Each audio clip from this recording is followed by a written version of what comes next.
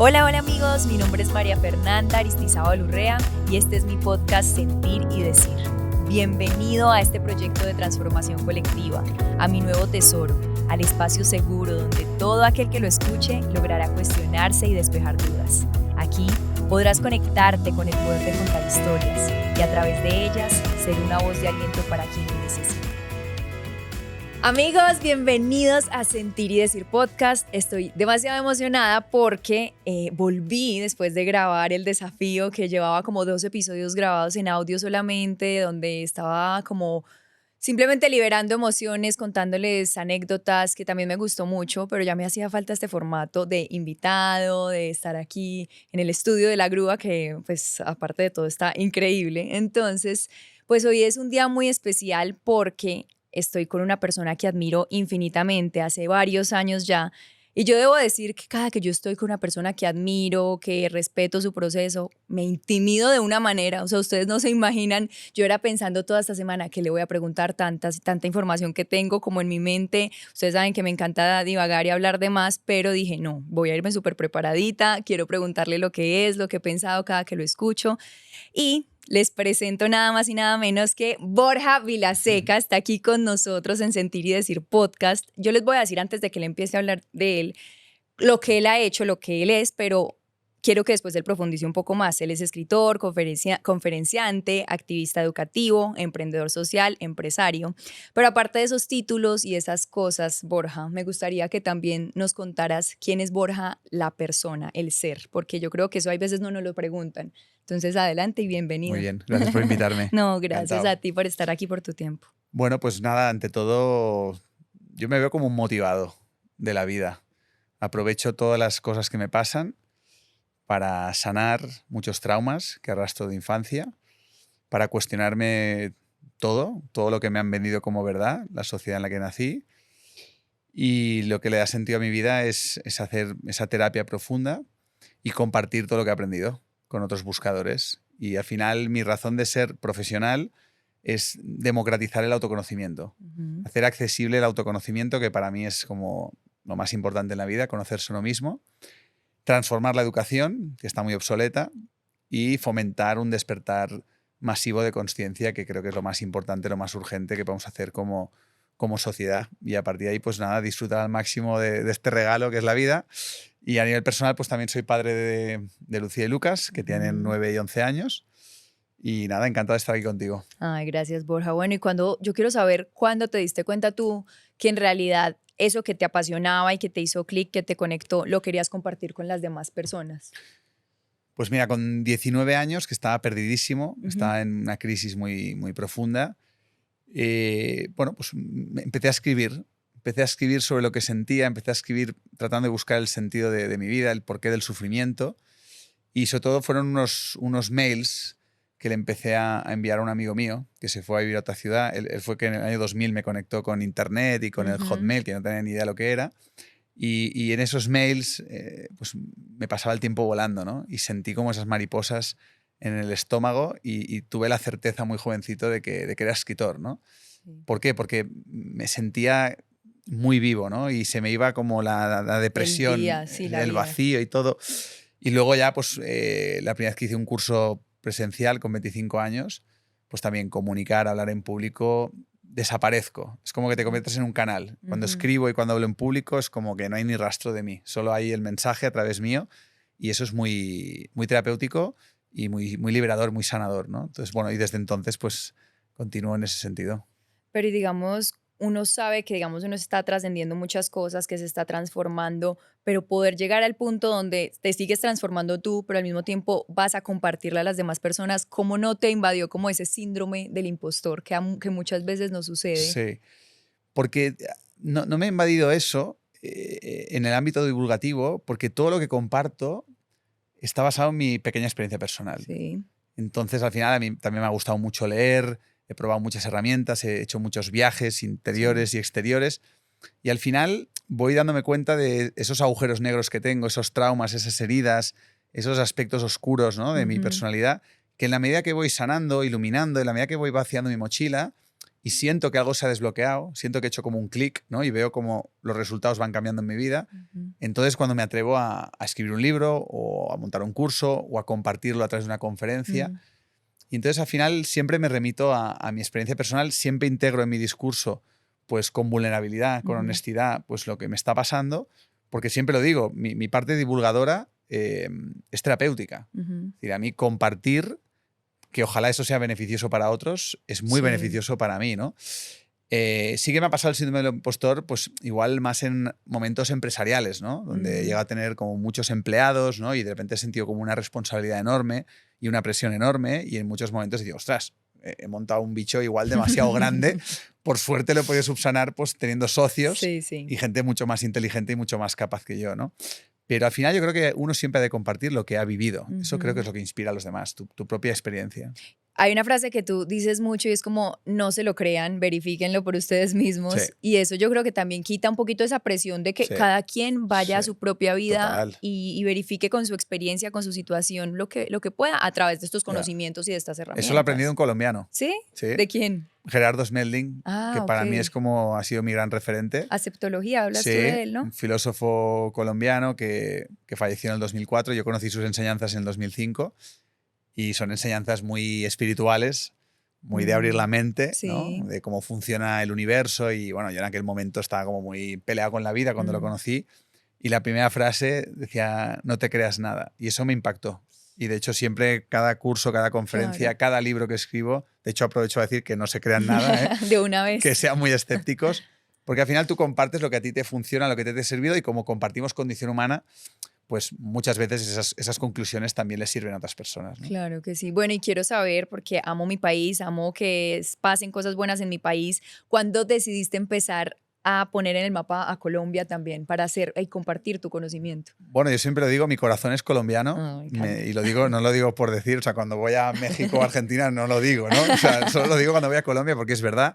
Tengo una relación muy, muy especial con esta cultura, sobre todo tengo que decir con los paisas, pero ya te digo, yo no lo busqué. Es decir, yo estaba en un momento muy oscuro de mi vida, con 19 años empiezo la búsqueda, con 24 años aparece el Eneagrama, que es una herramienta de autoconocimiento que a mí me pegó una bofetada tremenda y me hizo un poco pues abrirme más todavía al autoconocimiento, a la espiritualidad.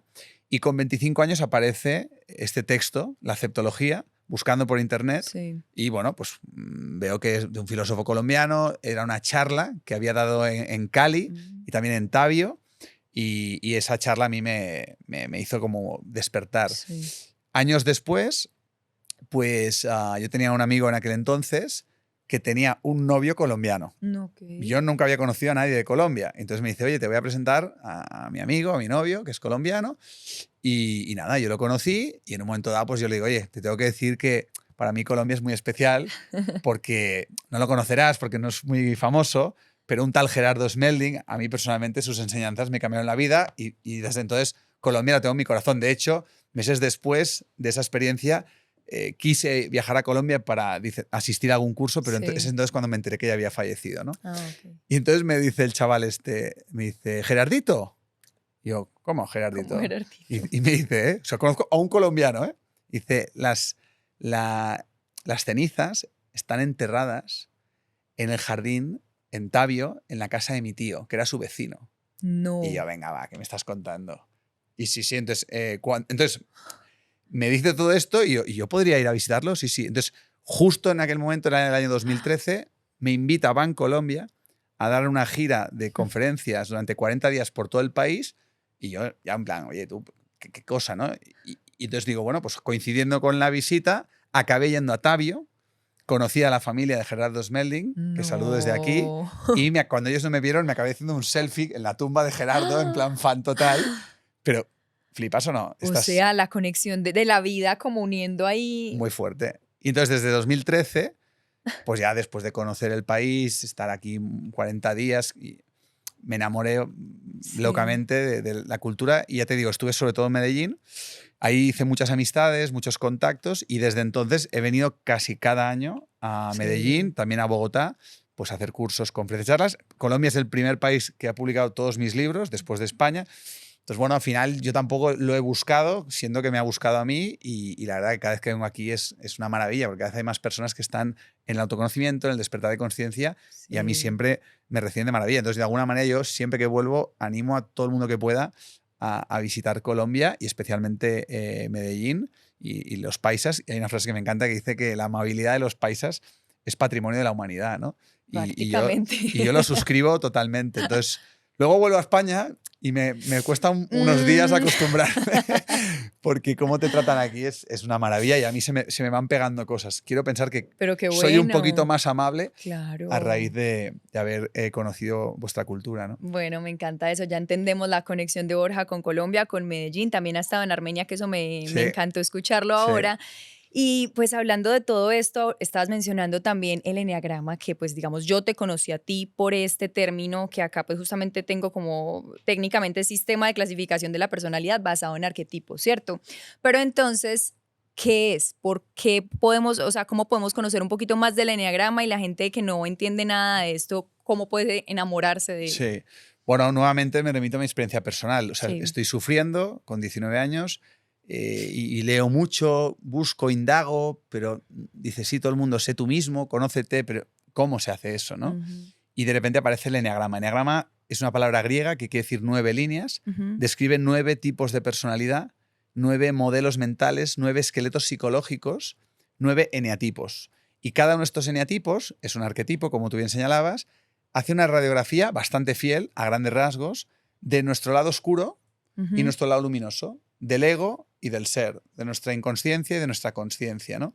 Y entonces, para mí fue cuando cogí un libro de eneagrama y empecé a leer, cuando descubrí mi eneatipo principal, es que se me puso todo el cuerpo con la piel de gallina Sí, y un escalofrío me recorrió y yo luego le llamaba orgasmo emocional. Es como, hay total. como un momento de una comprensión, de decir, "Al, ahora entiendo Como por un qué soy como despertar. soy". Ujú. Exacto, ¿no? ¿Por qué funciono de esta manera? ¿Por qué tropiezo siempre con la misma piedra? El diagrama te da muchísima información sobre aspectos muy invisibles, muy Mm. intangibles de tu condición humana para aprender a gestionarte emocionalmente y luego también para entender cómo funcionan las personas con las que te rodean, ¿no? Entonces el diagrama hoy en día se está popularizando, lo utilizan en el mundo del cine, los actores para interpretar personajes más Sí. profundos, los guionistas para escribir con más profundidad, todos los psicólogos, terapeutas, coach, pues para darle un componente más objetivo a sus terapias, en el ámbito médico, pues para la somatización, en el ámbito de las relaciones de pareja o de las familias o de la gestión de adolescentes, Ujú, para entendernos mejor cómo funcionamos, las dinámicas sociales, comunicativas. Y en definitiva, el eneagrama va un poco a la raíz, a la ujú. herida de nacimiento, a la construcción de la personalidad y a los resultados insatisfactorios que cosechamos. Entonces, como tú Sí. dices, es un punto de inflexión cuando la conoces porque además el eneagrama te hace de puente entre la psicología y la espiritualidad Mm. laica, carente de religión. Y eso Sí. para mí también fue una bendición, todo lo que me ha aportado y me sigue aportando a día de hoy, ¿no? Bueno, y siendo la humanidad tan compleja y tan llena de aristas y cosas, ¿cómo encerramos en 9 Ya, eneatipos ya, a los seres es muy humanos? fuerte, es muy fuerte. A ver, evidentemente, cada ser humano es único. Sí, Y no hay dos personas iguales, no hay dos huellas dactilares iguales, no hay dos colores de ojos iguales, iguales. con lo cual, incluso hasta los gemelos, o sea, son todos totalmente únicos y singulares. El eneagrama lo que describe son 9 heridas. Por ejemplo, la del Okey. eneatipo 1, que es la mía, es la herida de imperfección e Insuficiencia. insuficiencia. Ujú. Nada nunca es suficientemente perfecto, ¿no? Entonces hay 9 heridas, todos tenemos una pincelada de cada una de estas heridas, ¿no? Okey. Aparte me gusta el eneagrama porque es muy, muy práctico, muy sencillo, requiere muy poco para que Sí. te aporte mucho, ¿no? Y entonces, si tú cogieras ahora mismo a 1000 personas que tienen como eneatipo dominante el 1 y nos juntáramos todos, veríamos que arquetípicamente a grandes rasgos tenemos muchas cosas en común. Ujú. Pues diríamos, pues cuánta inutilidad, cuánta mediocridad, estoy enfadado todo el día, soy muy exigente, Competitivos. más prepotente, Mm, rígido, dogmático. O sea, compartimos una serie de sí. defectos estructurales, también de cualidades, pero luego en la medida que vas haciendo el zoom dentro de cada persona, cada uno tendría su idiosincrasia. ¿Por qué? Porque en el diagrama no cabe la genética, no cabe la cultura y luego muchos otros aspectos que tampoco caben en el eneagrama. El Ujú. eneagrama va a algo muy nuclear, muy del esqueleto psicológico. Luego hay otros barnices, otras pinceladas que complementan tu personalidad, pero que escapan un poco a lo que te aporta esta herramienta, ¿no? Y esa es la magia de la condición humana, que somos todos realmente muy diferentes. Sí, y aunque yo creo que mucha gente está queriendo despertar hoy en día y como autoconocerse y todo esto, también hay muchas personas que no se responsabilizan o no nos responsabilizamos de nuestra vida porque nos mantenemos en una posición de víctimas. Siento que el eneagrama nos ayuda como a conocer ese lado centralizado y descentralizado, que eso lo mencionabas también el año pasado, y es como que estás más en el ego o más en la esencia. Entonces, cierto que es así, Sí, o sea, las sí, sí. personas en realidad no sé, siento que el victimismo nos está llevando como a un hueco muy grande donde no nos hacemos responsable de nuestra vida y conocernos mejor pues nos ayuda como a poder vivir una vida mejor. Totalmente. El victimismo es el gran freno del avance de la sociedad. Es donde está la gran mayoría de personas ahora mismo y Sí, porque están poseídas por la mente, secuestradas por el sí. pensamiento, están en esta jaula mental reaccionando, Mm, ¿no?, a los estímulos externos, sufriendo y, claro, hacerse cargo de uno mismo, empezar a responsabilizarse, a tomar conciencia, a cuestionarse, ujú. es muy doloroso. A corto plazo es muy doloroso conocerse a uno mismo. Si no fuera doloroso conocerse, todo el mundo estaría conociéndote porque los beneficios Claro, son son increíbles. muchos. Pero a corto plazo, claro, conocerse es darte cuenta de tu propia Que eres el sombra. culpable tú. Sí, no tanto el culpable, que es una palabra que tiene Fuerte. mucha fuerza, sino de alguna corresponsable. Hay una parte que Sí, depende de ti, pero claro, te confronta con tu lado oscuro. ok. Y luego vas entrando más profundo y entras en contacto con emociones dolorosas y finalmente llegas al núcleo, que hay un vacío, ¿no?, muy Ujú. aterrador. Y ahí es cuando a veces se dan estas experiencias de reconexión con el ser, con la parte más espiritual, y eso trae un fogonazo de lucidez, una toma de conciencia, y empiezas a verte de otra manera, y empiezas a gestionarte de otra manera, y empiezas a pensar, a tener otra actitud frente a la vida. Sí. Pero bueno, es para valientes conocerse uno mismo. Pero yo creo que también es más fácil echarle la culpa al de al lado, al primo, al hermano, al novio, al gobierno en general. Entonces también eso es lo que nos hace mantenernos como en esa Sí, zona de confort, sí, ¿no? sí. Entonces hay una cosa que no he podido diferenciar muy bien y es como saber si estoy siendo víctima o estoy siendo compasiva conmigo. Mm, ¿Cómo puedo diferenciar si estoy en una o en la otra? Porque siento que podemos llegar como a confundirnos. mm. A ver, cuando estás en la víctima hay sufrimiento, es sutil. En la víctima hay resignación, ¿no? Hay culpa, Ujú. hay juicio, ¿no? Y hay la sensación de que, oye, no depende de mí, siempre buscando, como tú decías, culpables fuera. Culpables. Y hay mucho ego ahí, mucho ego victimista, ¿no? La compasión, que lo tengo tatuado aquí, Sí. es algo muy diferente, ¿no? Compasión no es sentir pena, Ok. que aquí pena entiendo que la traducís de otra manera, no es sentir No, pero se triste, entiende. ¿sí? No es Ujú. sentir eh, lástima. Sí. No, Ujú. compasión es entenderte profundamente a ti mismo. Claro, el victimismo te lleva hacia afuera Ok. y señala afuera. La compasión Eso es hacia de uno mismo adentro. es hacia adentro y dices, ostras, ahora mismo estoy cosechando estos resultados insatisfactorios. En vez de victimizarme y buscar culpables fuera, siento compasión porque digo, madre mía, qué heridas que arrastro. La mochila de mi infancia. Mm. Ostras, hay mucha ignorancia, hay mucha inconsciencia, hay mucho miedo, hay mucho dolor. Ahora mismo no sé cómo lidiar con la realidad y siento compasión, ¿no? Decir, oye, pues ahora estoy viviendo esto forma parte de mi experiencia de vida y en vez de parchearlo y taparlo, lo estoy afrontando con madurez, pero soy amable conmigo mismo, soy Ujú. paciente conmigo mismo, soy amoroso cuando más lo necesito, que es cuando ahora mismo estoy pasándolo mal, en Mm. vez de fustigarme con el látigo, que es algo muy habitual cuando estamos en el ego, ¿no? Entonces, ser compasivo yo creo que es una cualidad muy elevada de la condición humana Ujú. y luego te permite ser compasivo con los Con los demás. Madre demás. mía, en vez de decir cuánta maldad, ¿no? Pues cuánta ignorancia, cuánta inconsciencia, Exacto. cuánto dolor, cuánto miedo, cuánto trauma que arrastramos los seres humanos, porque madre mía, la historia de violencia que arrastra nuestra civilización, ¿no? Ajá, eso como que psicológicamente viene también en nuestra, o sea, desde nacimiento, pero desde personas atrás y eso lo cargamos nosotros Se mismos llama traumas inconsciente, transgeneracionales. O transgeneracionales. sea, heredamos el color de ojos, la genética, pero también heredamos traumas no resueltos. Información, No claro. resueltos. Wow, Todo lo que no han resuelto nuestros abuelos traspasa a los padres, que traspasa a los hijos, y se perpetúa qué el lío. orden social establecido, se perpetúan las cosmologías, se perpetúan dinámicas muy nocivas, Ujú. hasta que hay alguien que hace de cortafuego, y es la persona que despierta. Rompe patrones. Exacto, que Ujú. se conoce y en vez de culpar a papá y a mamá, que es lo que tendemos a hacer en general, no. Oye, pues tomo responsabilidad de Ujú. mi parte, perdono, soy compasivo, es sano, hago mi terapia, hago mi trabajo de autoconocimiento y en la medida posible procuro no extrapolar esto a mi Sí. descendencia a nivel psicológico, ¿no? Wow, totalmente. Y esto va muy ligado todo hacia el ego. Y yo hace un año te pregunté y tuve la oportunidad de como cuestionarte acerca del ego como tal y de que ese sea el gran enemigo, porque hay un libro que me leí que me gustó mucho, pero que con lo que peleé también. Y digamos que cómo podemos también identificar que el ego nos está o haciendo daño o nos está mostrando, digamos, como el amor propio, Mm, porque también mucha gente es como, no, es que yo me amo tanto que yo me hago respetar, me hago valorar. Entonces, pero eso mm. también puede rayar como en esa delgada línea de Sí, mucho ego. No sí, sé cómo sí. podemos llegar a utilizar el ego a nuestro favor y que se vuelva un amigo más, no alguien que nos sabotea Mm. constantemente. Sí, el problema con el ego quiere decir en griego yo, Ujú, es la excesiva identificación con el yo, ujú, la excesiva identificación con la mente, con los pensamientos, con las historias que tú te cuentas que siempre te convierten en el protagonista, ujú. evidentemente, de tu propia vida y que eso puede dar lugar a egocentrismo o lo que se utiliza mucho hoy en día que es narcisismo. Sí, Narcisismo es un exceso de egocentrismo y muchas veces se confunde el narcisismo con amor propio, ajá. pero nada que ver, o sea, el narcisismo deviene por falta de amor propio. El amor propio aniquila el narcisismo. Cuando tú te amas verdaderamente a ti mismo y tienes una sana autoestima y te pones en valor, de alguna manera el ego que surge para compensar tu falta de autoestima se va desvaneciendo. Y tú desde el amor propio puedes poner límites. Tú Mm, desde el amor propio puedes valorarte.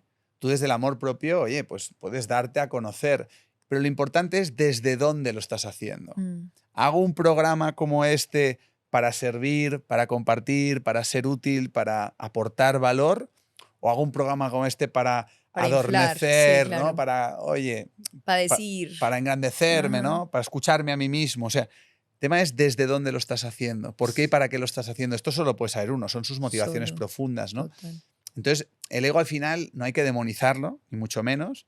Lo creamos en nuestra infancia para sobrevivir emocionalmente y de alguna manera, pues es algo que necesitamos en la vida ordinaria, cotidiana, mundana, pues para Mm, organizarnos socialmente. sí. El tema es que no nos creamos que este yo es nuestra verdadera identidad. No identificarnos tanto como con esa personita que creemos ser. Exacto, exacto. Wow. Porque si no, y sobre todo las personas que tenemos o que tenéis alguna parte pública, claro, te crees ese personaje público, te crees en exceso ese ego y cuando se ensalza al ego, pues te vienes para arriba y Uy. cuando se critica al ego, te vienes para abajo, pero estás a merced de lo de fuera. La espiritualidad es no estar a merced de nadie ni de nada, porque eso te convierte en un esclavo. Vives desde dentro, vives de dentro hacia afuera. Entonces tú te conoces a ti mismo y Mm, tú entiendes que tienes una personalidad, pero tú no eres tu personalidad. Tú eres el ser esencial, eres mm, la conciencia desde la cual puedes observar esa personalidad. ujú, Bueno, ese es un poco el viaje ujú. más de autoconocimiento, el viaje más místico. Y al final, ¿qué va pasando? Pues que tu ego no está tan fuerte y puedes dejarlo a un lado y Sí. vas fluyendo más con la vida, ¿no? Te vas Pero, quitando como vendas un poco que te pone el mismo ego de cómo vivir la vida, pero en realidad después empiezas a conectarte más es con ese ser exacto, real que eres. Y exacto, lo otro queda a un lado que como que se coge y de vez en cuando en momentos estratégicos de la vida, pero no para que rija tu vida. exactamente. Hay conceptos que te he escuchado decir, hablar y que siempre como que he conectado mucho con ellos. El primero, y pues que me gustaría profundizar, el primero es ecuanimidad. ¿Qué me puedes decir Mira, aquí si de eso? quieres, te cuento este cuento Me filosófico encanta. que es mi favorito, de hecho. Ok. Es mi favorito, me encantan los cuentos filosóficos. Dice que había una vez un granjero muy ecuánime que se le escapa el caballo y toda la gente, qué mala suerte. Y el granjero ecuánime, mala suerte, buena suerte, quién sabe. Al día siguiente aparece el caballo con un potro joven, salvaje, y toda la gente, qué buena suerte. Y el granjero ecuánime, buena suerte, mala suerte, quién sabe. Al día siguiente el granjero está montando el caballo y su hijo, el potro, se levanta el potro, el chaval se cae al suelo y se rompe las dos piernas. Y toda la gente, qué mala suerte. Y el granjero, ecuánime, mala suerte, buena suerte, quién sabe. Y al cabo de 2 meses está en una guerra y todos los chavales jóvenes tienen que ir a luchar y a morir, menos el Mm. hijo del granjero que se estaba curando de sus dos piernas. Y toda la gente, qué buena suerte. Y el granjero, ecuánime, buena suerte, mala suerte, quién sabe, ¿no? La ecuanimidad para mí es también es una cualidad de profunda Mm. sabiduría, que es ver lo bueno en lo malo, ver lo malo en lo bueno y finalmente entender que no hay bueno ni malo, porque la realidad es neutra. Neutra, sí. Los acontecimientos son neutros, los hechos son neutros. Lo que no es neutro son nuestros pensamientos, que se rigen por el lenguaje que crea una dualidad, bueno, malo. Entonces la interpretación que hacemos de los hechos es dual en función de nuestro ego. Si me beneficia al ego o me perjudica. Cuando te decía de ir más allá del ego, es que tú aprendes a ver la vida no desde el yo, egocéntrico, condicionado, sino desde un lugar mucho más profundo, más sabio. Me permites más espiritual. Y entonces vas empezando a percibir la realidad neutra y, por tanto, tu estado de ánimo no está a merced de lo que sucede. Está a merced de la ecuanimidad de decir, oye, evidentemente no somos vegetales y conoces, yo que sé, a un chico y, oh, he conocido a Manolo. Claro, desde el ego es, oh, Manolo, el hombre de mi vida. Y luego Manolo me ha dejado, ¿no? Sí, esos picos. Esos picos y esa inestabilidad emocional que está sujeta a lo de fuera, a la impermanencia, a lo que no controlamos, que está fuera. En cambio es, ah, mira, he conocido a Manolo, pero bueno, ya me conocéis, suelo boicotear las relaciones. O sea, no te vienes muy arriba. Y luego, oye, sí, Manolo me ha dejado, pero bueno, me estoy dando cuenta que efectivamente boicoteo, pero voy a trabajar sobre ese autoboicot. Entonces, la sabiduría, esa ecuanimidad, es ni venirte demasiado arriba, ni venirte demasiado abajo, que no es tan importante lo que sucede. Y entender que lo que sucede es necesario, es neutro, es perfecto para tu evolución espiritual. Eso para mí es un poco la ecuanimidad, que es fácil decir, ponerlo en práctica, pues es... Te iba a preguntar, ¿hoy te consideras un ser más ecuánime? Yo cada año que pasa, como estoy tan comprometido con reciclar todo mi dolor y con aprovechar todo lo que acontece en mi vida, recientemente me he separado, hace 7 meses, de una relación de 19 años, la madre de mis hijos. Nos hemos separado con mucho amor, vistosamente. Nuestros caminos, pues como pareja, se han bueno, pues cada uno siguiendo su viaje, pero seguimos siendo amigos, siendo padres, ¿no? Hombre, y una ruptura emocional de estas características, con el grado de apego y dependencia que solemos desarrollar.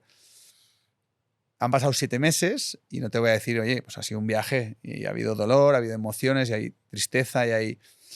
Pero yo cada año que pasa me siento que mi mochila está más vacía. Más ligera. Más ligera. Y me siento cada año que pasa más a gusto conmigo mismo, más en paz, más coherente, ¿no? Y cada vez me gusta más vivir. Cada vez me lo paso mejor, lo disfruto más, porque cada vez, claro, vas adquiriendo esa sabiduría que te dan, bueno, pues las experiencias de la vida y por cómo las vas aprovechando, ¿no? Y por tanto, vas neutralizando cada vez más. Las emociones, es que siento que esa ecuanimidad es estar en ese pico de dolor o de mucha alegría. Sobre todo las percepciones. Sí. Porque las emociones son la consecuencia de las percepciones, ¿no? Ok, sí. Entonces ya la idea es no venirte demasiado arriba, no te vienes abajo y entender que, oye, que al final todo sirve y todo es aprovechable para tu crecimiento. Entonces, yo en ese sentido ya estoy en una confianza absoluta en la vida y una complicidad con la vida. Y, oye, que me traiga lo que tenga que traerme porque lo voy a seguir aprovechando. Y me encanta poder escuchar que una persona como tú, que a los 19 años quería suicidarse, hoy en día puedo decir, estoy feliz con la vida, cada vez lo disfruto más. Eso de verdad es una bendición. Es que ahora tengo 43, pues cuando pienso en Borja de 19, yo creo que es de todas las versiones el más valiente de todos. Porque era el año 2000. Internet no es lo que era. El pobre chaval estaba solo, no conocía a nadie, tampoco había el autoconocimiento, no habían 4 hierbas esotéricos. Exacto. Y hizo un camino muy solitario y con una fortaleza que con una edad tan temprana, y a ese tengo mucha cariño a esa versión porque fue muy, muy valiente. Con los años, con la edad, con las experiencias, yo creo que si vas aprovechando la vida, todo se vuelve mucho más fácil, mucho más liviano. El dolor viene a visitarte, pero bueno, ya te lo conoces, ya sabes cómo van las crisis, ya sabes cómo van los procesos, ¿no? Y sobre todo cuando no los parcheas, porque recurrimos demasiado fácil a cualquier tipo de pastillas o cualquier tipo de... Que nos saque inmediato de ahí. Sí, y es legítimo, pero te estás perdiendo la transformación. Sí, 100%. Ahí es donde viene ser compasivo con cada una de nuestras formas de ser y de vivir en esta vida que tenemos. Bueno, el otro término es espiritualidad laica, que yo creo que va a lo mismo de filosofía advaita, no dualidad, ¿no? Es como la misma corriente. Está en la misma línea, pero la espiritualidad laica para mí es mucho más genérico. Ok. O sea, el viaje del autoconocimiento siempre suele comenzar en Occidente con un componente psicológico, ¿no? De decir, oye, voy a conocerme, ¿no? ¿Y qué entiendes? Que a grandes rasgos tienes un cuerpo, una mente, y luego lo del espíritu tendemos a dejarlo para más adelante porque nos genera ¿no? Mucho Incomodidades. escepticismo y demás. Y entonces, la psicología llega a un momento en que, fíjate, la palabra psicología viene de psique y logos. Ajá. Logos es el estudio de la psique. Psique significa alma, espíritu. O sea, psicología significa el estudio del alma. Es curioso, ¿no? Entonces, la espiritualidad es nuestra verdadera naturaleza. La espiritualidad para mí es sinónimo, espíritu, presencia, conciencia, ser, esencia. Es intangible, es invisible, ¿no? Y es lo que te queda cuando tú pelas las capas y capas y capas de la cebolla psicológica, y es lo que experimentas cuando la mente se desvanece. Entonces, el camino, la vía directa para la espiritualidad, ahí está la Advaita, la autoindagación, que es poner toda la observación en la mente y entender qué es esto que llamamos yo. ¿Realmente existe el yo? ¿El ego existe? ¿Dónde está el yo? Te señalas aquí, ¿no? Pero ¿qué estás señalando? Y cuando entras en la meditación profunda, en el silencio, en el mindfulness, la atención plena, la mente se va desvaneciendo. Y cuando hay momentos siempre temporales donde la mente se desvanece, ¿qué se desvanece? El intelecto, el lenguaje. Entonces, claro, te das cuenta de que el ego es un constructo mental forjado a base de pensamientos y creencias. El silencio tritura el yo, tritura el ego. Y ahí no queda nada más que conciencia. Y esto que lo estamos explicando a través del lenguaje, con lo cual lo estamos desvirtuando, porque es una experiencia sin experimentador, es una experiencia transconceptual. Por eso es tan importante vivirlo. Sentirla. Claro, el lenguaje, los conceptos te pueden señalar, pero te llevan hasta a los confines del lenguaje. Pero hay barreras. Exacto, tú tienes que dar ese salto vivencial. Entonces, para mí, el camino empieza siempre con la psique, con lo psicológico, con la mente, ¿no? Pero y el eneagrama es muy psicológico en ese sentido, pero te abre la puerta a la espiritualidad porque te muestra el camino hacia el ser, hacia la esencia. Y te habla de las prácticas, en este caso que cada eneatipo puede llevar a cabo para experimentar la espiritualidad, que para mí es lo más profundamente sanador que hay en la existencia, porque cambia por completo tu cosmovisión, tu forma de entender la vida, tu relación con la vida, con Dios, con el universo, llámalo como quieras. Y eso es lo que hoy en día para mí falta por doquier. Hay un desierto espiritual, porque la espiritualidad ha estado secuestrada por la religión, por ideologías religiosas, y también por que nos divide. Su respuesta, su reacción, que es el ateísmo, el nihilismo, el cinismo, que nos lleva al vacío y a la sociedad materialista y consumista que tenemos hoy en día, ¿no? Y hay una frase que vi que dice: la distancia entre Dios y tú es tan corta que no cabe en un camino. O sea, la pusiste también en una página y dije, wow. O sea, como que el tema de Dios es tan infinito, tiene tantos misterios. Yo cada que lo hablo termino más incómoda porque digo, nunca va por el camino que creo que es mi verdad, pero al fin y al cabo es como una cosa tan gigante que nunca voy a entender y simplemente decido creer en algo y que soy parte de. Sí, si me permites el matiz, lo bonito de la espiritualidad es que no necesitas creer en algo. Eso nos remitiría a la fe religiosa. En la medida en que tú vas profundizando en tu autoconocimiento y sobre todo cuando ya traspasas la parte psicológica, la parte conceptual, incluso la lectura, ¿no? O el escuchar este tipo de podcast, y te sumerges en el silencio, en la meditación, en la medida que vas practicando, llega un momento en el que el meditador desaparece en la meditación. El yo, que empezaba a meditar, se desvanece en la meditación. Y en ese silencio te reencuentras, permíteme, con la divinidad, con Dios, porque Dios está dentro. Para los religiosos esto es como una aberración. Pero ¿qué descubres? Pues que dentro de cada ser humano hay una chispa de divinidad que el Advaita llama el Atman, que es esa parte de ti que es consciencia. Entonces, fíjate, ahí emerge una consciencia neutra e impersonal, pero no es yo soy consciente, no es que estés meditando y digas, ¡hala, yo me estoy dando cuenta! No, el yo se desvanece, entonces hay una consciencia. Y esa consciencia observa al personaje. Se produce una observación, pero no eres un observador. Y entonces esa observación, esa consciencia, los místicos le llaman Dios. Porque esa consciencia es la consciencia. Esa consciencia que la Advaita llama Atman, se funde con Brahman, que es la realidad, la vida, Dios, llámalo como quieras, y ahí es donde encuentras a Dios, ahí es donde conoces a Dios. Lo conoces porque formas parte de él.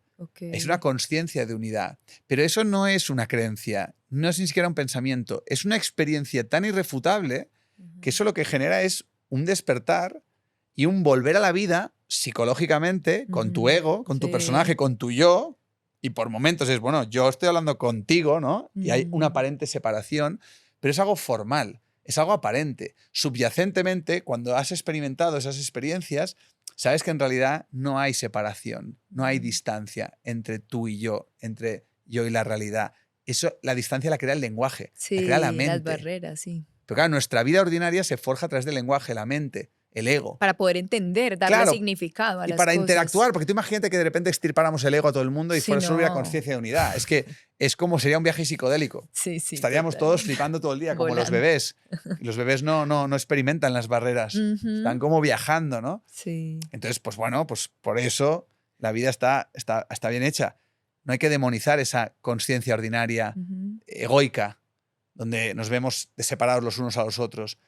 Pero qué importante es tener este tipo de experiencias espirituales Sí. para que esa aparente separación no la tomemos como verdad Ok, fundamental, sino ok. verdad relativa en base al nivel de conciencia en el que estamos, ¿no? ¿Por qué? Porque finalmente, psicológicamente, esto transforma tu forma de relacionarte con el prójimo. Ok. ¿Cómo voy a enfadarme contigo o a pelearme contigo o a robarte? Me lo estaré haciendo a mí mismo, ¿no? Mm, Estaré generando ese tipo de karma, ¿no? Entonces, al final, las personas que despiertan o que van conectando con la espiritualidad es un proceso, se vuelven cada vez más amorosas, más pacíficas, ¿no? ok. No están tan obsesionadas con los delirios egoicos mundanos, ¿no? Pero oye, siguen con su vida y siguen con sus objetivos, Mm. pero ya no se lo toman tan en serio, ya no se toman tan en serio a sí mismos, ya no están tan identificados con el personaje, Ujú. porque empiezan a ver la vida desde otro lugar mucho más profundo, ¿no? Pero dicen que también las personas necesitan tener como amor a una fe o a una creencia para tener un propósito de vida. Entonces, como que cuando digamos que no tenemos que creer, sino que conectamos con esa energía que somos todos, ¿cómo hacemos para que el propósito de vida siga vivo y siga latente? No sé, o sea, yo porque de pronto no he experimentado el conectarme con eso, que de pronto sí en algún momento donde uno siente júbilo, que es como esa fuerza de una energía, una alegría loca que no sabes cómo explicar, yo siento que es en esos momentos que lo he sentido, pero no sabría identificarlo cuándo ni cómo puedo llegar a hacerlo más constantemente. Entonces, ¿cómo poder hacer para conectar con el propósito de vida en realidad? Bueno, el propósito de vida, en el fondo, no deja de ser un sentido, una dirección que nos motiva intrínsecamente y Sí. trascendentemente. O sea, no está vinculada con recompensas externas, Ujú. que es lo que nos mueve, ¿no? Nos motiva, nos alienta, pues, a hacer algo con nuestra vida que esté en consonancia con el ser que somos. Ujú. O sea, a mí me gusta ver a los seres humanos como semillas. De hecho, estamos montando una escuela en Barcelona que se Sí. llama Terra, Ujú. Escuela Consciente, Terra de latín de tierra, porque los niños, tú y yo, somos Ujú. semillas y en cada semilla contiene un fruto en potencia, un potencial, y es totalmente singular. El propósito de vida es la dirección que nace de la semilla para que te conviertas en el fruto. Ujú. Y suele ser algo trascendente, suele ser algo que te motiva, que te llena de energía, ¿no? Y entonces, para mí, para descubrir ese propósito hay que estar muy conectado con el ser. Nuevamente, todo nos lleva al autoconocimiento y nos lleva a ese Sí. silencio y nos lleva a esa meditación y nos lleva a esa comprensión de quiénes verdaderamente somos. Y ahí se revela, se despliega. No es una elección racional, tú no la has elegido. Tú naciste con ese propósito y lo has descubierto, y ese propósito va evolucionando Mm. en la medida que tú vas evolucionando por cómo aprovechas la vida, ¿no? Y luego, pues ese propósito se materializa tangiblemente, Sí. ¿no? Mundanamente, Pero no ¿no? siempre es el mismo propósito, siento yo tampoco. Yo creo que la vida va como moldeando eso y finalmente terminan siendo muchas cosas las que vienes a hacer a este Sí, mundo. claro, ahora hablamos profesionalmente, pero también hay, Pero claro, a nivel vital, ¿no? Pues será otra cuestión y luego va evolucionando. Pero muchas veces, si el propósito, mi experiencia es que si el propósito es genuino y verdadero, no evoluciona tanto el propósito, sino que la forma en la que se materializa el ok. propósito. ¿Cómo lo llevas a cabo? Exacto. Ok. Y las funciones o tareas o en los proyectos en los que te enrolas, pero tienden a tener una misma dirección, ¿no? Bueno, hace un año, quiero hablar ya cambiando un poquito de tema, hace un año te vi, estabas escribiendo un libro y hoy vienes a Medellín justamente a lanzarlo. Se llama Ama tu soledad. Quiero que cuentes un poquito aquí a las personas que nos ven qué pueden encontrar, así como un abrebocas de Ama tu soledad, para quién va dirigido este libro. Bueno, básicamente, pues lo que te contaba antes, ¿no? Eh, Sabiendo pues, que me iba a separar y sabiendo que iba a ser un proceso pues doloroso y ¿Tú lo transformador. intuías? Sí, porque al final, y sobre todo cuando tienes una relación tan honesta, pues Claro. lo hablábamos mucho, y con mucho amor y al final, bueno, pues son procesos naturales de la vida, ¿no? La vida se rige por la impermanencia, todo lo que empieza termina y yo siempre le decía a ella, y lo peor que nos puede pasar es que nos separemos con amor y que seamos amigos, ¿no? Yo creo que esto es lo peor que nos puede pasar y así está siendo, ¿no? Pero bueno, una cosa es decirlo y otra cosa es vivirlo, como siempre. Y entonces, como es mi terapia, escribir, pues fue una manera de prepararme. Entonces, el libro habla un poco de, creo que un aprendizaje que hemos postergado, yo el primero, que es amar la soledad entendida como el niño interior, la niña interior que habita dentro nuestro, nuestra infancia, ¿no? El amor propio y un poco la relación profunda que establecemos con nosotros mismos, ¿no? Muchos de nosotros hemos caído en el error de no tener una relación sana porque mirar hacia adentro es muy doloroso, es muy confrontante, hay una herida de abandono. Entonces el libro, lo que he explorado y me he dado cuenta es que con tal de no mirar hacia adentro y explorar todo eso, los seres humanos hemos construido toda nuestra civilización en base a una drogadicción de la que nadie habla y de la que me he tenido que inventar una palabra porque es que no existe. Le he puesto sociodependencia, que es la adicción a la nicotina social, la adicción a la vida social. O sea, tenemos una compulsión irracional a estar permanentemente en contacto con otras personas, ya sea analógicamente o digitalmente, y no queremos sentir ni un segundo la soledad. La soledad es una emoción tremendamente dolorosa. En la soledad hay vacío, hay angustia, hay ansiedad, hay miedo. Y a la mínima que nos sentimos un poco solos, cogemos el móvil. Sí. Y abrimos WhatsApp y las redes sociales y llamamos a gente. Y el fin de semana, ¿qué hacemos? ¿No? Y nos aburrimos y estamos tan profundamente enajenados, desconectados de nosotros mismos, que claro, la soledad es un indicador de que tú te has abandonado a ti mismo, de que tú no tienes una relación sana, profunda contigo. ¿Cuánto tiempo dedicas a estar solo, en silencio, contigo mismo? ¿Eres tu mejor amigo? ¿Eres el amor de tu vida? Muchos entramos en el mercado del amor desde la escasez y por eso nos volvemos dependientes del objeto al que amamos, ¿no? Y tenemos relaciones disfuncionales, tóxicas por doquier, ¿no?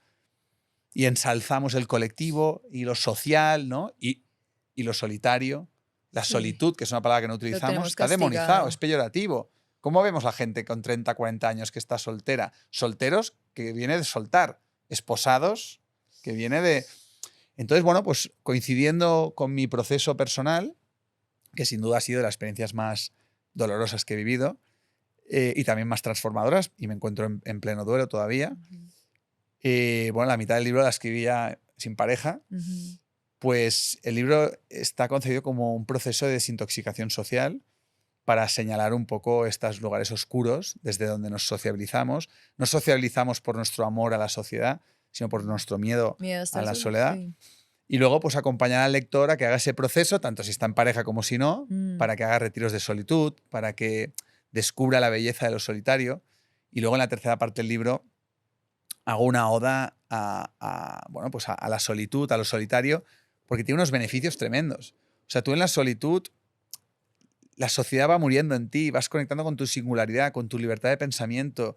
Es un proceso de introspección, autoconocimiento, redescubres la espiritualidad, la reconexión con la naturaleza. De alguna manera es una actitud meditativa y te descubres verdaderamente a ti mismo, ¿no?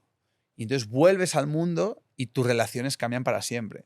Las relaciones humanas son una bendición, pero cuando las personas son sociodependientes se utilizan los unos a los otros. Cuando las personas han conquistado la solitud, los vínculos son mucho más auténticos, libres, reales, vulnerables, reales. Hay una conexión profunda que es el gran anhelo del ser humano, pero primero has de conectar contigo. Incluso pues, profetizo en el libro que en la medida que cada vez más personas conquisten su solitud, eso cambiará la forma que tomen las ciudades, la arquitectura de los edificios, las ideologías políticas, ¿no? Porque no todo también se va volviendo como una moda y que todo el mundo va siguiendo a todo el mundo y eso es lo que nos hace, claro, estamos en sociedad, tengo que hacer lo mismo y yo creo que ahí se pierde un poco la autenticidad de cada uno. Hay un pensamiento estandarizado porque hemos todos recibido una educación estandarizada. El sistema educativo industrial es una cadena de montaje estandarizada. Entonces, claro, todos en general, en una misma cultura, en un mismo entorno social, tendemos a comprar unos moldes de pensamiento, unas convenciones sociales y estamos negando nuestra singularidad. Y por eso la gente está marchitada en vida, está muerta en vida, hay tanto victimismo, tanto miedo al cambio. La gente no está viviendo su vida. Y eso te lo da la solitud, porque en la solitud es el encuentro con uno mismo, ¿no? Yo quiero pensar que soy muy ingenuo, muy idealista y muy utópico, que el malestar de la sociedad occidental es tan grande que esto ya no lo parchea nadie. Entonces estamos en la cúspide del narcisismo, como nunca antes en la historia de la humanidad, pero eso quiero pensar que es un paso previo a la saturación de sufrimiento que va a llevar a este despertar de conciencia y que ojalá... Tocando fondo estamos. Yo un creo que poco. estamos tocando fondo como civilización. Lo que pasa es que, claro, la gente está parcheando todo el día. Tú Y hoy quítale... en día con tanta información, es que es peor aún. Siento yo que cada vez tenemos más cosas que nos ayudan a no aburrirnos. Sí, y tú quítale Netflix, quítale el fútbol, quítale los prozacs espirituales que consume la gente como creencias, quítale todos los parches, todas las anestesias, todos los medicamentos, ¿no?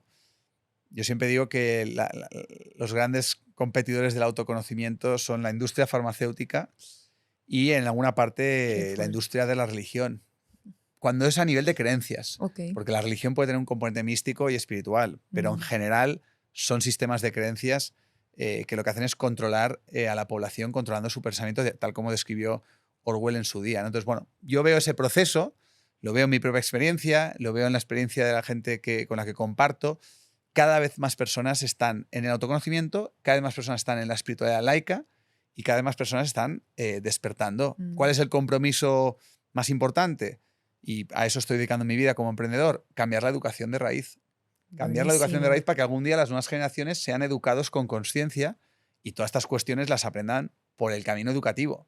Claro. Y no como hoy en día, que cuando salen con 18 años tenemos la mayor tasa de la historia de suicidio y de desempleo juvenil porque están condicionados para afrontar un mundo que ya no existe y no tiene herramientas de educación emocional y educación espiritual y van sucumbiendo, ¿no? Entonces, bueno, pues en el libro lo que intento es hacer oda a algo muy contracultural, que es promover la solitud, algo que está muy demonizado, pero que para mí es lo más importante para sanar, ¿no? No, yo siento que este libro a mí me habla directamente porque toda mi vida he sido una persona que no le gusta estar para nada sola, que cuando se siente sola me pongo en alerta, me pongo como tensionada, que como que me tuviera que proteger de algo, es muy raro. Y dormir para mí, digamos, siempre ha sido un tema difícil, porque dormir tengo que estar o acompañada, si no está mi novio estoy con mi hermana o invito a alguna amiga, es una cosa súper loca que yo hablo con mi psiquiatra, con mi psicólogo, yo digo, ¿por qué necesito estar con alguien para sentirme en paz? Como si esa persona pudiera hacer algo por mí que yo no puedo. Bueno, hay un aspecto biológico en lo que dices. Hay un capítulo del libro que le llamo un terror ancestral, porque en esta apasionada investigación sí que te das cuenta de que nuestro cerebro, que lleva miles de años de evolución, está hecho para la supervivencia, que es lo que tú señalabas. No está hecho para la plenitud, está hecho para la supervivencia. Entonces, claro, la mayor parte de la historia de la humanidad, nuestra integridad física estaba en peligro. Entonces, tenemos muchísimo miedo a la solitud, a estar solo, porque en el pasado el ostracismo, ser apartado y excluido del clan, equivalía a morir. Claro. Porque te podían devorar los depredadores, cosa que hoy no pasa. Entonces, de alguna manera, hasta que todo ese proceso no se va madurando, se activa biológicamente, bioquímicamente, una serie de factores que te ponen en alerta y que te incomodan sobremanera. Es como el hambre. Cuando tú no comes y no comes y no comes, el hambre llega a doler. Sí, duele. Porque tu cuerpo te está diciendo, come que te vas a morir. Cuando tú te retiras en exceso, que no es la propuesta del libro, tú te conviertes en un ermitaño social que no interactúas con nadie, la sensación de soledad es tan dolorosa porque lo que quiere tu organismo biológico es que tú te juntes con otras personas para garantizar tu supervivencia.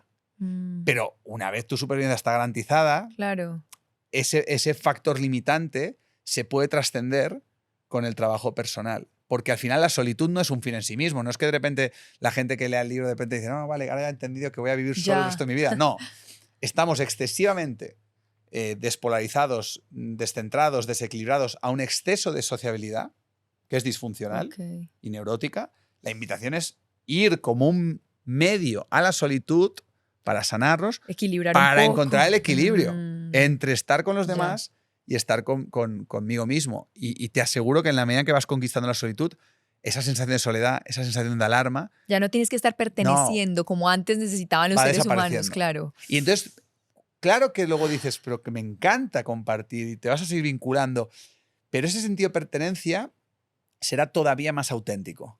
Porque antes el sentido de pertenencia tenía un componente egocéntrico, que era que utilizo al grupo para que me proteja.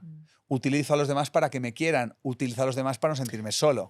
Ok. En cambio ahora, como soy libre y ya no tengo miedo a la Ya lo soledad, hago. busco la pertenencia, pero desde un lugar mucho más elevado, auténtico, Genuino, libre, genuino, y claro. con lo cual con quienes te vinculas también vibran en una libertad, en una autenticidad, que lo que hace es que tus relaciones son lo que todos anhelamos, son muchísimo más satisfactorias. Ok. Que es un poco al final el regalo final que te aporta la solitud, que es que cuando mejora la relación contigo, mejora totalmente la relación con los demás, tus padres, tu pareja, con tus hijos, con tus amigos, con quien sea que te relaciones, Claro. pero te relacionas desde la libertad, no desde la esclavitud.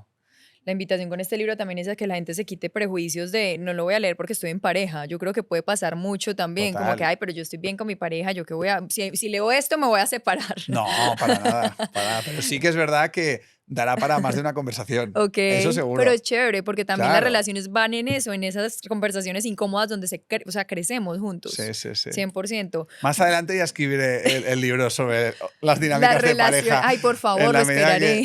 sí, porque desde que me he separado mi perspectiva está cambiando muchísimo, muchísimo. Wow. Precisamente por eso.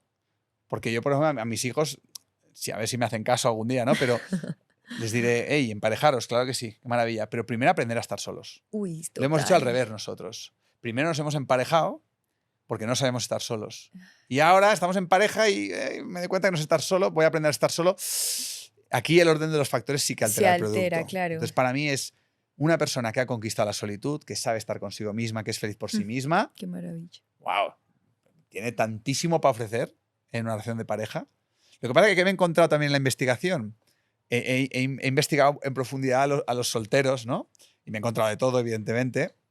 Pero me he encontrado unas excepciones muy bonitas de gente que lleva años, por elección propia, viviendo sin pareja, porque dices que estoy tan bien solo, es tan pleno lo que siento, que, oye, No para quiero. compartir mi vida con alguien tiene que ser alguien espectacular, Igual a mí. que sume, que enriquezca y no limite. Sí, sí, sí. Y claro, te das cuenta de que la oferta, pues al parecer, no es tan abundante en ese sentido. En cambio, cuando tú no has conquistado la solitud, tu umbral de exigencia es mucho más bajo, porque tu necesidad de emparejarte es mucho mayor por tu miedo a la soledad. Wow. Y te acabas conformando con dinámicas disfuncionales tóxicas que no están honrando tu amor propio. Entonces, claro, esto da mucho que pensar sobre, wow, ¿quién soy si amo mi soledad?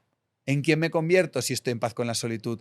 ¿A quién elegiré si realmente no necesito tan en exceso vincularme? Claro, esto es algo que yo creo que da para... Eso sí da para conversaciones. Eso da para... Es un poco lo que intento explorar en el libro y nuevamente Buenísimo. es lo que estoy explorando en estos momentos con mi propia vida. Tú no sabes la cantidad de gente que me dice, bueno, tranquilo, que ya aparecerá alguien. Tranquilo, está a la vuelta de la esquina. Y yo digo, no, es que no quiero que aparezca nadie. Sí, sí. Quiero reencontrarme conmigo mismo. Voy a aprovechar esta oportunidad maravillosa que me ha dado la vida para realmente hacer un trabajo que pues igual no supe hacer cuando tenía 20 y pocos años, que es cuando conocí a esta mujer maravillosa de la que me enamoré perdidamente. Porque ahí estabas buscando llenar quizás cuántos Claro. vacíos, cuántas cosas que después ya trascendiste, te transformaste y ya. No Esto te hará gracia. Conocí a Irene antes del enneagrama. Imagínate, ¿sí? Sí. O sea que... Dios mío.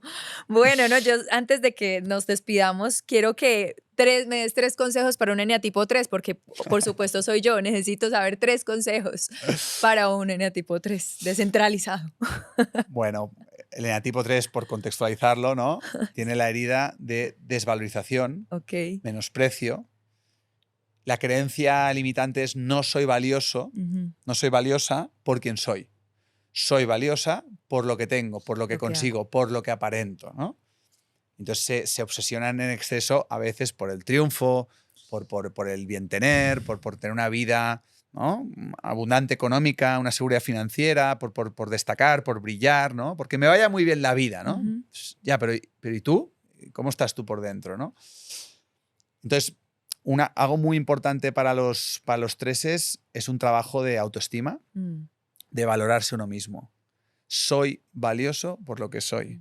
O sea, ese tatuaje que me has enseñado, ¿no? Si eres como yo, que tienes un poco de TOC, y yo digo, ostras, no sé si, ¿no? O sea, me echo un tatu aquí y digo, aquí... A emparejarlo. Exacto, ¿no? Y aparte veo que, oye, pues lo vamos a hablar, ¿eh? A ver cuál te pones y tal. Pues, ¿no? Es como el que te llegues a creer en lo más profundo de ti que eres valiosa, Mm, y pongo simplemente entre comillas, por quien eres. mm. O sea, que si no hicieras un podcast, no presentaras un programa, da igual lo que eres valiosa. Sigo valiendo. Eres Exacto. tu valía no depende de, ¿no?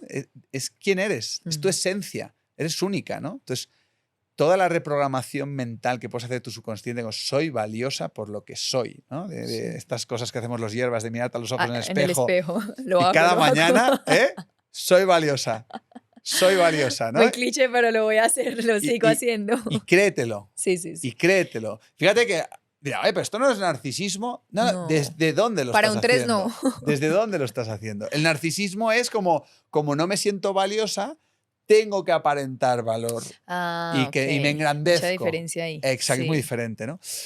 Otra cosa fundamental para el 3 es, que esto es fácil de decir, pero dejar que no te importe lo que piense la gente. O sea, es la gente, ¿no? ¿Te has tomado algún café con la gente alguna vez? ¿Quién es la gente, Ne. no? La gente es un pensamiento que está en tu cabeza y tú le das importancia. Y desde el egocentrismo, a veces creemos equivocadamente que la gente tiene tiempo para pensar En la vida de en... uno, Exacto, sí. pero la gente es tan egocéntrica Que que está pensando en está muy ellos. ocupada en sí misma. Sí. Está claro que todos tenemos ese deporte nacional que es hablar de la vida de los demás y todos lo hacemos. Pero es muy efímero al Es fin muy y al efímero y son cabo. momentos de vacío absoluto, de estar rodeado de De gente, desparche, sí. de uy, no compartimos nada, balones fuera. ¿Te has enterado que Mari Carmen? Y venga, a destripar a Mari Carmen. Pero ¿qué representa eso en la vida de una persona? Un 0,001%. Mm, Entonces, liberarte de ese pensamiento, matar a la gente en tu mente. ¿Y qué harías con tu vida si no te importara lo que piensa la gente? wow. ¿Qué es lo que te apasiona? ¿Qué es lo que te ilusiona? ¿Qué es lo que te motiva de verdad? ¿Qué es lo que te causa dicha? Da igual lo que piense la gente, ¿no? Eso es algo profundamente transformador. Mm, Y luego, bueno, claro, los treses tienden un poco a buscar esa visibilidad, mm. ese éxito, esa imagen. Pues ya que estás puesto en los focos mediáticos, todo lo que puedas integrar la verdad, la honestidad, la vulnerabilidad, Qué lindo. ¿no? De cómo te sientes, que yo creo que lo haces ya. Sí, Yo creo que lo haces. Pues todo eso yo creo que es muy centrante. Ser sí, auténtica. claro. Ser auténtica, ser honesta y un día igual estás aquí, entrevistas a alguien y yo qué sé, tío, estás triste, pues lo integras en tu discurso. O Que eso puede ser duro para un 3. claro, porque si no la imagen que proyectamos es una Claro. imagen de ganador, de triunfador. Es un poco es de Justamente. maniquí, ¿eh?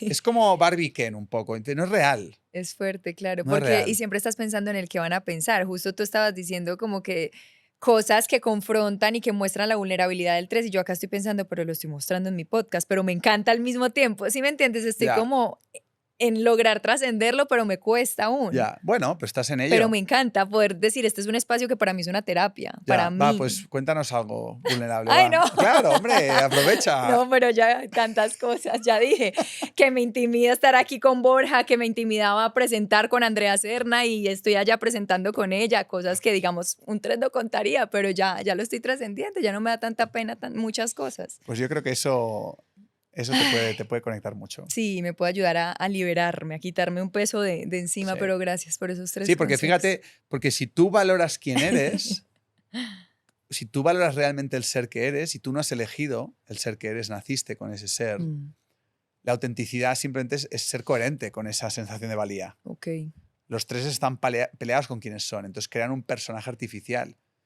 Por eso no son auténticos ni honestos. Por eso sí. todo el trabajo de sensación de valía, de ser auténtico, que no te importe, al final, de forma natural, sin darte cuenta, será imposible que no seas tú misma en todo momento. Y Mm, paradójicamente eso va a generar que la percepción de valor que otros tengan, que ya no te importa, sí, sea mucho mayor, pero tú no lo estarás buscando como objetivo. Será un resultado de exacto. tu propia autenticidad, ¿no? Sí, sí, sí, qué bonito. Bueno, ya, prometo terminar con 3 preguntas rápidas de respuestas rápidas.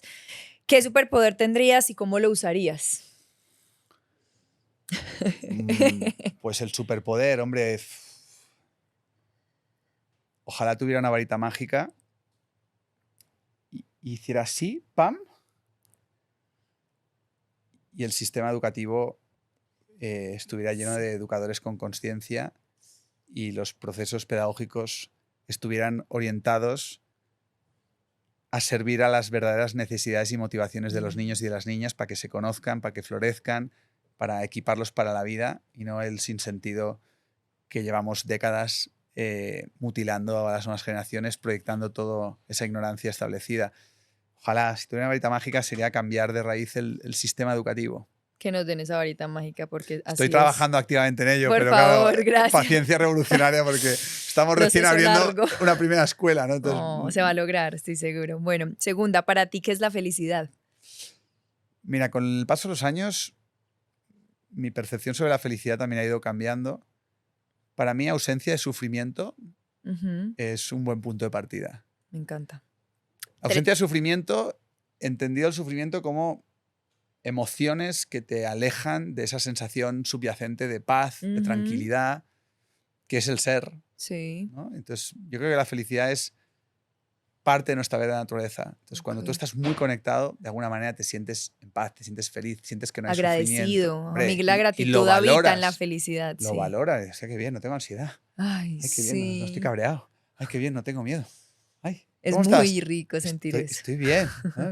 Y no tiene nada que ver con el decorado. No Sí. tiene nada que ver con lo que te pasa, tiene que ver con ¿Cómo te sientes? cómo te conectas contigo. ¿no? Sí. ¿Y cuál ha sido el mejor consejo que te han dado en la vida? Que te cambió la vida. Es que dan muchos consejos, uno queda como... Qué difícil está, ¿eh? Pues no sabría qué decirte, ¿eh? Ahora mismo no me viene nada en concreto. Bueno, un consejo que te des a ti mismo entonces en este preciso momento, que te gustaría seguir pero que aún no lo... Bueno, igual es algo que también, mira, Sí, por cerrar el círculo, aprendí de Gerardo Smelding, sí. que lo tengo en mi corazón y que a veces he pensado incluso en tatuármelo, ¿no?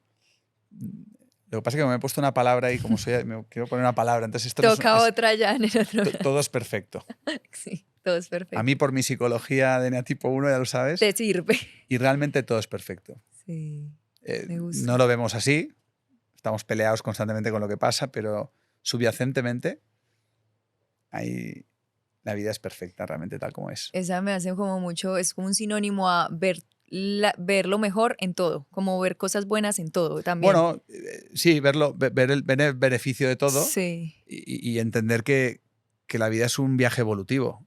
Entonces, todo lo que está pasando es necesario, lo que sucede conviene, ¿no? Todo el rato tú puedes aprovechar cada instante, ¿no? Y cada experiencia para seguir aprendiendo, para seguir creciendo. Lo que pasa es que esto te confronta con el victimismo, de como hemos sí, hablado antes, claro. ¿no? Que la tendencia a quejarse, victimizarse, protestar, maldecir, que injusticia es muy poderosa porque el ego tiene mucha fuerza, pero a posteriori siempre es más fácil de ver Ujú. cuando ya ha pasado y miras el pasado, ¿no? Y si no has estado en el victimismo, ves la inevitabilidad de los procesos y la perfección inherente por lo que te ha aportado a nivel de aprendizaje, ¿no? Y eso a mí me da mucha paz y mucha confianza con respecto a lo que venga, Sí, porque sé que me esperan seguramente más collejas y más sí. desgracias o más pérdidas o lo que fuera, pero sé que van a ser perfectas para seguir evolucionando, ¿no? Y mi amor por la vida es cada vez más grande. De hecho, el verdadero amor de mi vida es la vida misma, ¿no? Y como no me Maravilloso. siento separado de la vida, en el fondo es una manifestación del amor que estoy aprendiendo a profesarme a mí mismo, ¿no? Con lo cual, la vida es maravillosa. Bueno, ¿qué puedo decir de este episodio, amigos? Qué maravilla tener a Borja acá a mi lado. Yo manifesté definitivamente este episodio. Hace un año que lo conocí por primera vez. Dije, algún día le dije a Diana, por favor, quisiera tenerlo en mi podcast. Y pues hoy es una realidad. Borja, muchísimas gracias. Te dejo seguir tu camino, tu cronograma, que sé que es muy ocupado. Gracias por Muchas sacar el gracias. tiempo. Y de verdad felicidades por que- la autenticidad. No, gracias. Gracias por esos consejos que me servirán mucho. Iré pues a tu taller mañana a seguir Venga, va. reafirmando que soy 3. Chao, gracias de verdad Chao, por gracias. todo. Espero les haya gustado, amigos. Un beso y nos vemos en el próximo episodio. Chao.